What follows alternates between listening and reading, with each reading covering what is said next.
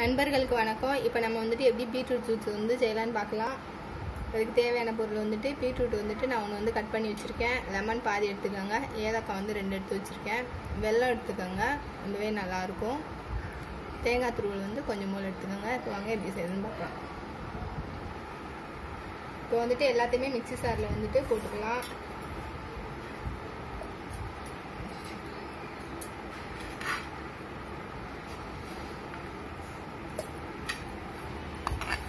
லெமனும் அதிலே புளிஞ்சு விட்டுருங்க.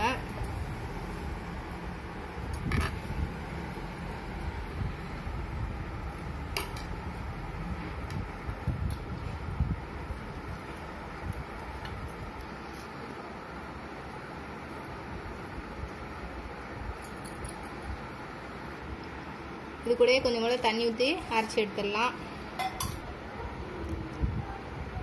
பாருங்கள் ஃப்ரெண்ட்ஸ், சுவையான பீட்ரூட் ஜூஸ் வந்து ரெடி ஆயிடுச்சு. நீங்களும் வீட்டில் ட்ரை பண்ணி பார்த்துட்டு எப்படி இருக்குன்னு சொல்லுங்கள். பிடிச்சிருந்ததுன்னா லைக் பண்ணுங்கள், ஷேர் பண்ணுங்கள், கமெண்ட் பண்ணுங்கள். Thank you friends.